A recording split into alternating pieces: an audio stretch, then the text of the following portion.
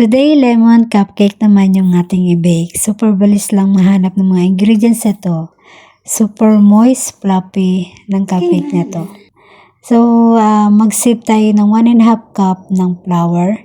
And then, naglagay ako ng soup, tsaka 1 tablespoon ng baking powder. I-mix natin. Sa kabilang bowl, naglagay ako ng sugar, tsaka ng balat ng lemon. I-massage natin para lumabas yung mantika ng lemon.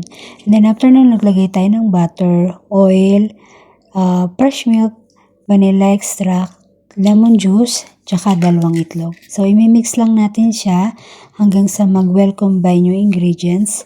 And then, after nun, lagay na natin yung harina. So, dahan-dahan lang natin ilagay. And then, wag natin i-overmix yung ating cake batter.